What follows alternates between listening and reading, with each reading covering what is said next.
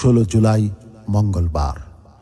এদিনই রংপুরের মেধাবী শিক্ষার্থী আবু সাঈদ শহীদ হন, যিনি পুলিশের গুলির সামনে দুহাত প্রসারিত করে বুক চিতিয়ে দাঁড়িয়ে যান। স্বৈরাচারের পেটুয়া পুলিশ বাহিনীর গুলিতে ঝাঁঝরা হন রংপুরের নুরুল দ্বীনের উত্তরসূরি এই আন্দোলনের প্রতীক মেধাবী শিক্ষার্থী আবু সাঈদ।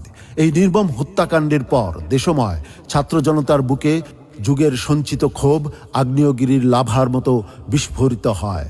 স্বৈরাচার বিরোধী আন্দোলনের দাবানল জ্বলে ওঠে সারা দেশে। বিকেলে ছাত্রলীগের কেন্দ্রীয় সভাপতি সাদ্দাম হোসেন শিক্ষার্থীদের হুমকি দিয়ে বলেন, আন্দোলন যাবে, আন্দোলন আসবে, কিন্তু ছাত্রলীগ থাকবে। সবকিছুই মনে রাখা হবে এবং জবাব দেওয়া হবে। আমরা দেখে নেব কত ধানে কত চাল হয়। আন্দোলন যাবে, আন্দোলন আসবে, বাংলাদেশ ছাত্রলীগ থাকবে এবং সবকিছুই মনে রাখা হবে, সবকিছুর জবাব দেওয়া হবে।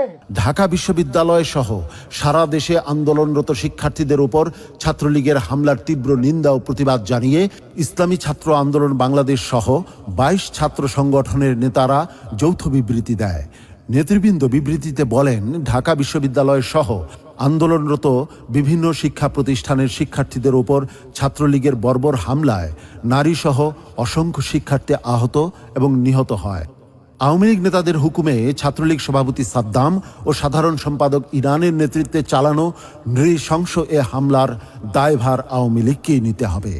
এদিন গুলি ও বিদেশি অস্ত্র হাতে ছাত্রলীগ সন্ত্রাসীদের আক্রমণের মুখে ইসলামী ছাত্র আন্দোলন বাংলাদেশের নেতৃবৃন্দ রাজপথে নেমে আসেন। পীর সাহেব চরমনাইয়ের নির্দেশে কেন্দ্রীয় সভাপতি নুরুল বশর আজিজির তদারকিতে কেন্দ্রীয় মানব সম্পদ উন্নয়ন ও কর্মসংস্থান সম্পাদক শেখ মোহাম্মদ মাহবুবুর রহমানের নেতৃত্বে সর্বস্তরের নেতাকর্মীরা কেন্দ্রীয় শহীদ মিনারে আন্দোলনে অংশগ্রহণ করে। এ সময় আরও উপস্থিত ছিলেন মোহাম্মদ আল আমিন, খায়রুল আহসান মারজান, ইব্রাহিম খলিল সহ কেন্দ্রীয় নেতৃবৃন্দ, ঢাকাস্থ শাখা ও ক্যাম্পাস নেতৃবৃন্দ।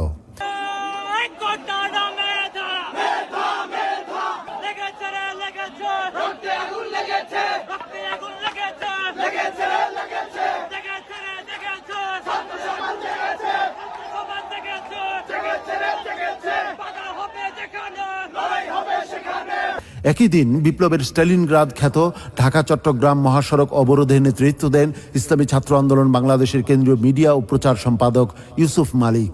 ধীরে ধীরে আন্দোলন জমে ওঠে। আশেপাশের ছাত্র জনতা সম্পৃক্ত হন আন্দোলনে। আন্দোলনরত শিক্ষার্থীদের পানি পান করানো, নামাজের সময় মহাসড়কে শিক্ষার্থীদের নিয়ে নামাজ আদায়, বক্তব্যে উৎসাহ দিয়ে শিক্ষার্থীদের উদ্বুদ্ধ করে রাখা সহ স্বৈরাচার পতন পর্যন্ত ঢাকা চট্টগ্রাম মহাসড়কে সক্রিয় থাকে ইসলামী ছাত্র আন্দোলন বাংলাদেশের নেতৃবৃন্দ।